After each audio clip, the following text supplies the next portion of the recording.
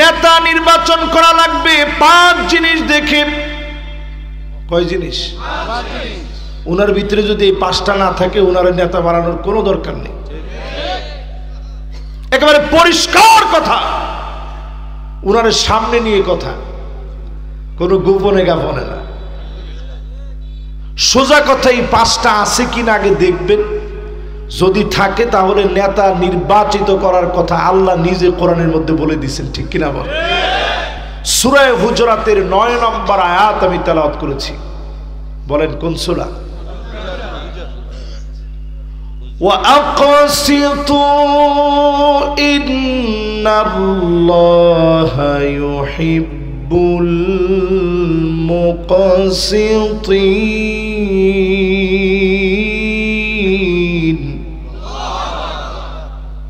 ন্যায় বিচার করো, ন্যায় বিচারকারীদেরকে আল্লাহ ভালোবাসেন।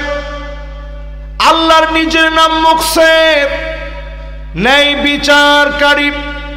এই জমিনে যারা ন্যায় বিচার প্রতিষ্ঠা করবে, মানাবিরু মিন নূর, আল্লাহ পাক নিজের ডান দিকে নূরের মিম্বারে বসে নূরের পোশাক পরায়া যিনি সম্মানিত বানায় দিবেন তিনি কে? আল্লাহ। এই আয়াতটাকে ঘিরে আজকে আপনাদের সঙ্গে কথা বলবো, শুনতে রাজি আছেন ইনশাআল্লাহ? ইয়াসিন আরাফাত ভাইকে কি আগে থেকে আপনারা চিনেন? উনি যতক্ষণ বসা থাকবে আমি আমার নিজের জন্য বরকত মনে করব। কালকে ওনার যেহেতু প্রোগ্রাম আছে ফজরের পরে, বেশিক্ষণ বসার সুযোগ নেই, এই জন্য আমিও এলো পথরে কোনো কথা না বলে সরাসরি তাফসীরের ভিতরে ঢুকলাম। বিচার করতে হবে, কি বিচার? আওয়াজ করে বলেন, কি বিচার? ন্যায় বিচার প্রতিষ্ঠা করার জন্য নেতা নির্বাচন করা লাগবে 5 জিনিস দেখে। কয় জিনিস? ওনার ভিতরে যদি এই 5টা না থাকে ওনার নেতা বানানোর কোনো দরকার নেই। একেবারে পরিষ্কার কথা, ওনার সামনে নিয়ে কথা, কোনো গোপনে গাপনে না, সোজা কথা। এই 5টা আছে কিনা আগে দেখবেন, যদি থাকে তাহলে নেতা নির্বাচিত করার কথা আল্লাহ নিজে কোরআনের মধ্যে বলে দিয়েছেন, ঠিক কিনা বল? 1 নাম্বার লাগবে হুব্বুন নাস, মানুষের ভালোবাসা। এমন নেতা আমার নেতা না, যেই নেতা ডান দিক দিয়ে যাবে মানুষ বাম দিক দিয়ে পালায় দৌড়ায় পালাবে, মনে মনে মানত করে ফেলবে। নেতার চোখ থেকে যদি ফাঁকি দিতে পারি মসজিদে 50 টাকা দিব, এমন নেতা সবার নেতা হতে পারে, মুসলমানের নেতা হতে পারে না। কথা কি আপনারা বুঝছেননি? পুরাপুরি বুঝেন না মনে? এইরকম নেতাও ছিল, পালাইছে না। আমি সেদিকে বেশি যাব না, আমি শুধু এতটুকুন বলি, এমন নেতা আমার নেতা।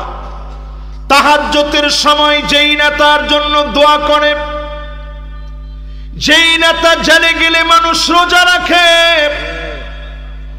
যেই নেতার কথা মনে পড়লে চোখের পানি ছেড়ে দেয়, এমন নেতা শুধুমাত্র কেবলমাত্র মুসলমানের নেতা, ঠিক কিনা বলে? তবে মুনাফিকদের নয়। এমন নেতাদের ভালোবাসা আসবে আরশে আজিম থেকে। আল্লাহ পাক নিজে জিবরিলকে ডেকে বলবেন, ইন্নী উহিব্বু ফুলানান ফাহিব্বুহু, আমি আমার গোলামকে ভালোবেসে ফেলেছি। জিবরিল তুমি ভালোবাসো। ফেরেশতারা এলান করে দিবে, একজন একজন করে সবাই ভালোবাসবে। এমন ভালোবাসা দুনিয়ার মধ্যে পৌঁছায় যাবে, ডানে বামে, দেশে শহরে নগরে বন্দরে সব জায়গায় ভালোবাসা ছড়ায় যাবে। যারা রাজাকার বলে বলে স্লোগান দিত, রাজাকার শব্দ দিয়ে তাদেরকে জুতা পেটা করা হয়েছে, ঠিক কিনা বলেন? তাহলে 1 নাম্বার আমার আপনার সামনে নেতার বৈশিষ্ট্য, গোপনে গোপনে নেতারে ভালোবাসা লাগবে, ঠিক কিনা বলেন? তাহলে এরকম নেতা যদি আপনার আমার নেতা হয়, এই নেতা সমাজের কল্যাণে কাজ করবে, 1000 কোটি টাকা মেরে দিয়ে দেশ থেকে পালায় যাবে না, ঠিক কিনা বলেন? 2 নাম্বার নেতার চরিত্র হবে হুব্বু তাআল্লুমিল কুরআনি ওয়া তিলাওয়াতিহি ওয়া সিমাইহি ওয়া তাদাব্বুরিহি। আমার নেতা নিজে কোরআন পড়া শিখবে, জোরে কোন কি? কোরআন নিজে পড়বে, কোরআন নিজে শুনবে, অনুধাবন করবে। আল্লাহর কোরআন দিয়ে চুলের গোড়া থেকে নিয়ে পায়ের তালু পর্যন্ত পরিবর্তন করে পার্লামেন্টকে পর্যন্ত কোরআন দিয়ে সাজাবে, ঠিক কিনা বলে? তাহলে এরকম নেতা কি আসলে আছে? জোরে বলেন আছে। এখন আমাদের নেতা কেমন? অলরাউন্ডার নেতা। এই রকম নেতা এখন আমরা পেয়েছি বাংলাদেশে। আগে আলহামদুলিল্লাহ কইছি না, ওনারা আগে আলহামদুলিল্লাহ কইছি। আমরা বাংলাদেশে এরকম নেতাও পাইছি যে নেতার নাম অলরাউন্ডার, বিসমিল্লাহির রহিম, ঠিক কিনা বলেন? এইরকম নেতাও আমরা দেখছি। সুন্দর করে আউযু বিল্লাহি মিনাশ শাইতানির রাজিম, বিসমিল্লাহির রহমানির রহিম বলার পরে যত মিথ্যা কথা আছে সব তারা বলেছে। এই নেতা আমার নেতা হতে পারে না, ঠিক কিনা বলেন? তাহলে আমার নেতার 1 নাম্বার বৈশিষ্ট্য, মানুষ নেতারে গোপনে গোপনে ভালোবাসবে, জোরে করে আল্লাহু আকবার। 2 নাম্বারে আমার নেতা কোরআন পড়বে, আমার নেতা কোরআন মানবে, আমার নেতা কোরআন বুঝবে, কোরআন প্রতিষ্ঠার জন্য সংগ্রাম করবে। আল্লামা দেলোয়ার হোসেন সাঈদী রহমাতুল্লাহ আলাইহি এই জমিনে 50 বছরের উপরে কোরআনের দাওয়াত দিয়েছে। 13টা বছর ধরে জেলখানায় ছিল। একটা দিনের জন্য বাতিলের কাছে মাথা নত করে নাই।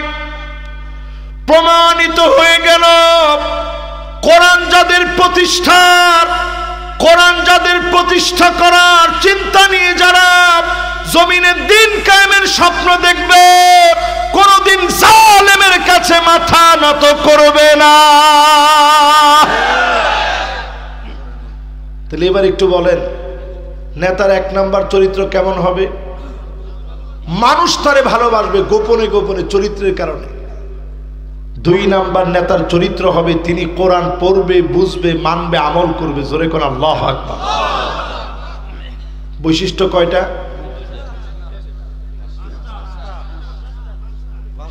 এবো বাকি আছে কয়টা? গেছে কয়টা? আল্লাহ যে জমিনে ন্যায় বিচার প্রতিষ্ঠা করার কথা বললেন, আপনারা চিন্তা করছেন ছোট ছোট বাচ্চারা কি স্লোগান দিছে এবার? উই ওয়ান্ট জাস্টিস বলে ছোট বাচ্চারা যে স্লোগান দিয়েছে, এই স্লোগানের কোরআনুল কারীমের পুরা আয়াতে কারিমা থেকে নেওয়া স্লোগানটাই তো ছোট ছোট বাচ্চারা দিয়েছে। আমরা ন্যায় বিচার চাই, অন্যায় অবিচার আর দেখতে চাই না। কোন আলেম জেলখানায় থাকবে, নিরপরাধ মানুষকে ফাঁসি দেওয়া হবে, এমন অন্যায় বিচার আমরা দেখতে চাই না। এই ন্যায় বিচারের জন্য নেতা নির্বাচন করতে গেলে 1 নম্বরে লাগবে মানুষের ভালোবাসা, 2 নম্বরে লাগবে নেতার কোরআনের প্রতি ভালোবাসা, জোরে কোন আল্লাহু আকবার। 3 নম্বরে লাগবে ইত্তিবাউস সুন্নাহ। আমার নেতার চুলের গোড়া থেকে নিয়ে পায়ের তালু পর্যন্ত নবীর আদর্শ অনুকরণ করবে। আমাদেরকে যারা গালিগালাজ করে, তাকায় দেখেন যাদেরকে ফাঁসি দেওয়া হয়েছে, 1 টাকার দুর্নীতি প্রমাণ করতে পারে নাই, 1 টাকা দুর্নীতি করে নাই, কিন্তু এখন তাদের নামে বিচার হবে। লক্ষ লক্ষ না, দেশের হাজার হাজার কোটি নেতারা পালিয়ে গেছে, ঠিক কিনা বলে? কি পরিমাণ টাকা নিয়ে গেছে দেশে।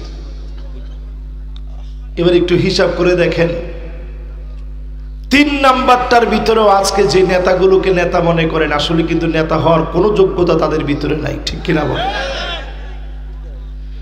সাহাবায়ে কেরামের জীবন থেকে উদাহরণ নেন।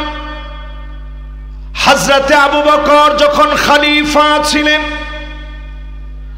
ওমর রাদিয়াল্লাহু তাআলা আনহু দেখেন প্রায় দিন আবু বকর নিজে কাঁধের মধ্যে বস্তা নিয়ে চলে যান দেখার জন্য, পিছনে পিছনে গেলেন।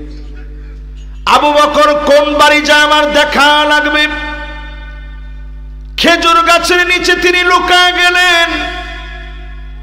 হযরতে আবু বকর দরজা দিয়ে প্রবেশ করলেন। অনেক সময় ধরে হযরত ওমর দাঁড়ায় আছে। একটু পরে দেখবো যে আবু বকর কোত্থেকে বের হইছে। দেখে জীর্ণ শীর্ণ ভাঙা একটা ঘর থেকে বের হয়েছে হযরতে আবু বকর। দেখা মাত্র তিনি চিন্তা করলেন, এখনই কি দরজার মধ্যে আমি দাঁড়াবো? আবু বকর চলে যেতে যেতেই আমি গিয়ে দরজায় দাঁড়াবো। সঙ্গে সঙ্গে আর দেরি নাই, একদিকে হযরতে আবু বকর চলে গেলেন, অন্যদিকে ওমরে ফারুক দাঁড়ায় গেলেন। দরজার ভিতরে নক করলেন, একজন অন্ধ বৃদ্ধা মহিলা দরজা খুলে দিয়েছে। হযরতে ওমর বড় আদর নিয়ে বললেন, মোহাব্বত নিয়ে বললেন, বৃদ্ধ মানুষ, অন্ধ নারী, দয়া নিয়ে তিনি বললেন, একটু আগে যিনি আসছে তারিখে আপনি চেনেন? বৃদ্ধা মহিলা জবাব দিলেন, তার নাম জানি না, ঠিকানা জানি না। এমন লোক যদি আমাদের খলিফা হতো কতই না ভালো হতো। আমি একজন অন্ধ মহিলা, আমার জন্য ঘরের ভিতরে খাবার নিয়ে আসে, কাদের ভিতরে বস্তা বহন করে নিয়ে আসে। হযরত ওমর আর দেরি করে নাই, আকাশের দিকে তাকায়া আবু বকরের জন্য চোখের পানিগুলা মালিকের কাছে ঝরঝর করে ছেড়ে দিলেন। আল্লাহকে ডেকে বললেন, আল্লাহ, আবু বকর বড় কঠিন বানায় দিয়েছে। একজন খলিফা হয়ে, রাষ্ট্রপ্রধান হয়ে, অন্ধ বৃদ্ধা সাধারণ নাগরিক কি খাবে? আবু বকরের মতো খলিফা চিন্তা করে, আবারও যদি এমন নেতা আমরা পেতাম, গোটা দুনিয়ার জন্য দৃষ্টান্ত হয়ে যেত, ঠিক কিনা বলে? তো নেতার চরিত্র হবে কয় রকম? সবাই বলেন কয় রকম? 1 নাম্বারটা কি? আপনারা গোপনে গোপনে যারে ভালোবাসেন সে নেতার যোগ্যতা অর্জন করছে। 2 নাম্বার, এখন আমরা সবাই বলি আল কোরআনের আলো। কত বছরের ঘরে ঘরে জ্বালাইবেন? আল কোরআনের আলো সংসদে জালো, নারে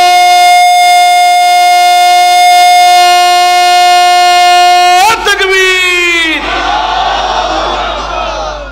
এবার যদি আমি আপনাদেরকে প্রশ্ন করি, এই যে আপনারা পার্লামেন্টে কোরআনের আলো জ্বালাইতে চাইলেন, কোরআনের আলো কি পার্লামেন্টে জ্বালানোটা আপনি যদি কোরআন নিজে না শিখেন সম্ভব?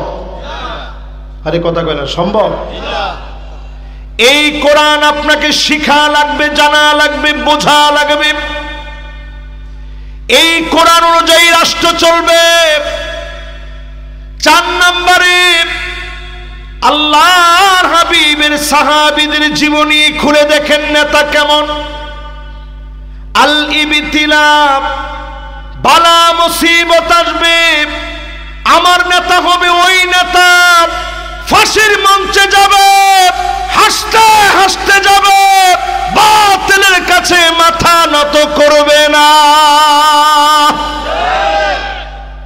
কিনা বলেন?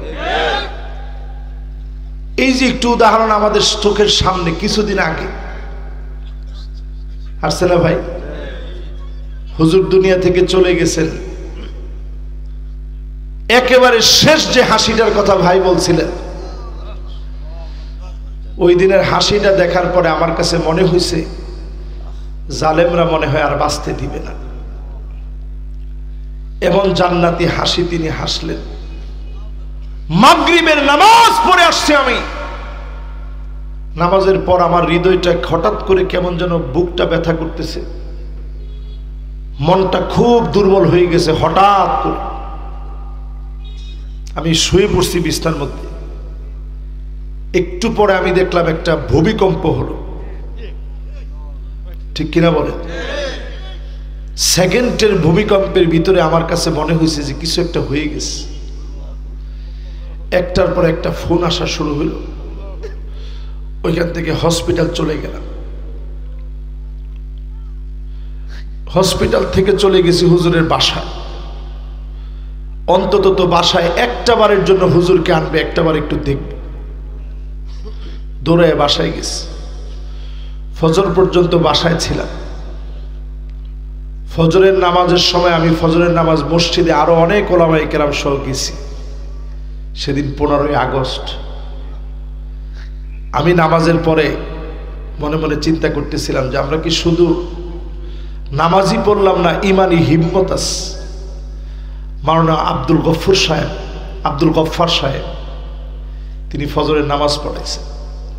নামাজের পরে তিনি হিম্মত নিয়ে বললেন, সারা বিশ্বের জন্য প্রথিত যশা একজন আলেম বিশ্ব থেকে হারায় গেছে। জোরে কোন আল্লাহ। তিনি তৎক্ষণাৎ বলতেছিলেন, জেলখানা থেকে হুজুর আমারে অনেক চিঠি লিখছে, সময় সাপেক্ষে এক এক করে সব বলবো, জালেমদের সব ফাঁস করব। যেই সময়ে তিনি হিম্মত নিয়ে কথা বলতেছিলেন, আমার কাছে মনে হচ্ছিল যে ওনার সাহসটা কত। ওই দিন 15ই আগস্ট উনি মোটেও ভয় করেন নাই। এরপরে তিনি একটা মোনাজাত করলেন। মোনাজাতের মধ্যে তিনি বললেন, আমি আমার প্রাণপ্রিয় একজন ফজরের নামাজের মুসল্লি হারিয়ে ফেলেছি। এত মাহফিল করার পরে ক্লান্ত শরীর নিয়ে তিনি মসজিদে ছুটে যেতেন, হাসি মুখে কথা বলতেন, ইসলামী আন্দোলনের জন্য কাজ করতেন, দিন প্রতিষ্ঠার জন্য চেষ্টা করতেন, প্রাঞ্জল ভাষায় তাফসীর করতেন। এত গুণ যার ভিতরে ছিল, জালেমরা দিনের পর দিন জুলুম করেছে, মাজলুমকে চূড়ান্ত ভাবে যিনি বিজয়ী বানায় দিয়েছেন তিনি কে? আল্লাহ। পিরোজপুরে গেলাম জানাজার নাম, গুলি চালানো হবে বলে তাড়াতাড়ি পড়েন ঘোষণা করা হয়েছে। আমি নিজে সেই জায়গায় ছিলাম, একটা বছর পার হয় নাই, জালেমদেরকে যিনি টুকরা টুকরা করে নাম নিশানা মুছে দিলেন তিনি কে? এজন্য আমার নেতা হবে তারা যুগে যুগে পরীক্ষা দিবে যারা। জোরে কোন আল্লাহু আকবার। এক নাম্বারটা কি? গোপনে গোপনে আমার নেতারে মানুষ ভালোবাসবে। আপনারা আমার কথা বুঝতেছেন তো সবাই? 2 নাম্বারটা কি? 3 নাম্বার কি? রাসূলের সুন্নাহ অনুসরণ করতে হবে। 4 নাম্বার কি? পরীক্ষা আসবে, উত্তীর্ণ যারা হবে তারা আমাদের নেতা। জোরে কোন আল্লাহু আকবার। 5 নম্বরে আমার নেতারা মদ খেতে খেতে মরবে না, জুয়া খেলতে খেলতে মরবে না। আমার নেতারা জান্নাতি হাসি হেসে মরবে। টাকা দেখবেন ফাঁসি দিয়েছে, ঠোঁটের ভিতরে জান্নাতি হাসি। ঠিক কিনা বলে? পরিষ্কার হাদিসের ভিতরে আসছে, আইওয়াফিকাহু বিআমালিন সালিহিন ক্বাবলা মাউতিহি, মওতের আগে আল্লাহ ভালো কাজ করাবেন, হাসতে হাসতে মৃত্যু দিবেন। আমার নেতাদেরকে আমলি জিন্দেগি কাটায় যিনি কবুল করবেন তিনি কে? কয় ঘন্টা বাকি আছে? বলতেছে 3 ঘন্টা। বলছে লম্বা সময় বাকি আছে, 2 ঘন্টা পরে ডাকটা দিয়ে দিও। আপনি চিন্তা করেন, স্বাভাবিকভাবে মাহফিল আসতে গেলে আমরা পেরেশান হয়ে যাই। মীর কাসেম আলী আলাইহির রহমা কিরকম মানুষ ছিলেন? 3 ঘন্টা আগে তিনি বলছেন 2 ঘন্টা পর আমার ডাক দিয়ে দিও। উঠে নামাজ পড়লেন, সেজে গুজে বের হলেন। যাদেরকে আল্লাহ রাব্বুল আলামিন ঈমানের পথে হাসতে হাসতে কবুল করবেন, বুঝে নেবেন এই মানুষগুলাকে যিনি পছন্দ করে ফেলেছেন তিনি কে? অনেকেই 5টার পরে বলতে পারেন হুজুর আমরা তো সংখ্যায় বড় কম। কিসে কম? আপনাদের সবার কি মনোযোগ আছে এখন? ইয়ারমুকের যুদ্ধের দিনে আমরা ছিলাম মাত্র 36,000, তারা ছিল 4,40,000। আমরা কত, তারা কত? আমরা ছিলাম 36,000, তারা কত? এবার একটু হিসাব করি, কম তো দেখি তারা বেশি কত। মানে আপনারা তো কিছু কিছু নোয়াখালীর বাতাস পাইছেন, ইল্লে মাশাআল্লাহ হিসাবে কিন্তু আপনারা বড় পাকা। 4 লক্ষ কত? 4,04,000ই তারা বেশি। এবার একটু যারা আরেকটু চালাক তারা ক্যালকুলেটর চাপ দিয়ে দেখেন, তারা আমাদের চাইতে 11 গুণ বেশি। কত গুণ? কোনায় আমরা 36,000, তারা কত? খালিদ বিন ওয়ালিদ শুধু ছোট্ট একটা কথা লিখে দিলেন, আসলিম তাসলাম, ইসলাম গ্রহণ করো শান্তি পাবে, না হলে জিহাদের জন্য আমরা প্রস্তুতি নিচ্ছি। তোমরা করবে লড়াই, আমরা করব জিহাদ। একজনও বাঁচার নিয়ত নিয়ে আসবো না, সবাই শহীদ হব, রক্ত দিব, কালেমার পতাকাকে বিজয় করব। বলেন আল্লাহু আকবার।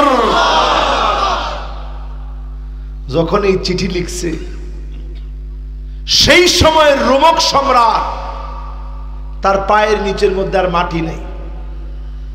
সে চীনের কাছে সাহায্য চেয়ে চিঠি লিখছে যে তোমরা কিছু সৈন্য দাও। মুসলমান আসতেছে 36,000, তারা কত? আমরা কত? চীনের সম্রাট চিঠি লিখে জানায় দিয়েছে, ইন্না কওমান লাউ আরাদু আন ইয়াখলাল জাবাল লাখালু, এরা এমন এক জাতি, মুসলমান যদি পাহাড়কে বলে সরে যাও, পাহাড় তার জায়গা থেকে সরে যাবে। বলেন আল্লাহু আকবার। আচ্ছা বলেন তো দেখি, এই চিঠি আসার পরে রোমক সম্রাটের হিম্মত বাড়ছে না কমছে? যে বেটা 4,40,000 সৈন্য নিয়ে আগেই ভয় পেতেছে, যখন কইছে এরা এমন এক জাতি, পাহাড়কে যদি বলে সর, পাহাড় তার জায়গা থেকে সরে যাবে। বলেন আল্লাহু আকবার। কি পরিমাণ ভয় পেয়েছে চিন্তা করেন। খালিদ বিন ওয়ালিদ আসছে জিহাদের জন্য, 5টা 6টা করে তরবারি সাহাবীদের ভেঙেছে, 3,000 সাহাবী শহীদ হয়েছে। জিহাদ আর যুদ্ধের ভিতরে পার্থক্য হলো, যুদ্ধ সবাই করে, মুসলমানরা একমাত্র প্রাণান্তকর জিহাদ করে। ঠিক কিনা বলে? 16 বছর আমরা কি করছি? জোরে কর। হেতেরা করছে যুদ্ধ, আমরা করছি। উত্তরটা আসতে হয়ে গেছে, আমরা করছি। আচ্ছা, জিহাদ নিয়ে আমাদের খুব প্রসিদ্ধ একটা স্লোগান ছিল, মুখস্থ আছে? দেন তো দেখি।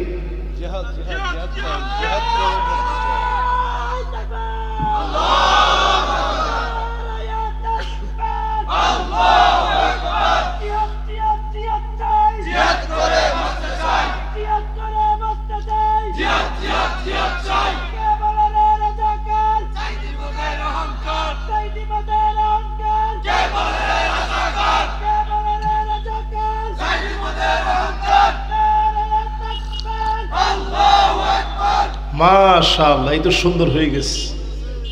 তাহলে এবার বলেন তো দেখি, এইরকম একটা স্লোগান যদি 16 বছরে আপনি দিতেন, তাহলে শ্রোতারে কিছু না বললেও বক্তারে বলতো, হুজুর একটু থানায় আসেন। আমি যদি বলতাম যে কিও থানায় কিনলে, হয়তো হুজুর অনেকক্ষণ ওয়াজ করছেন না, গলা একটু ভাঙি গেছে, থানায় আসেন, একটু চা রেডিয়াস। ঠিক কিনা বলেন? এই মাহফিল থেকে পরিষ্কার হিম্মত নেওয়া লাগবে।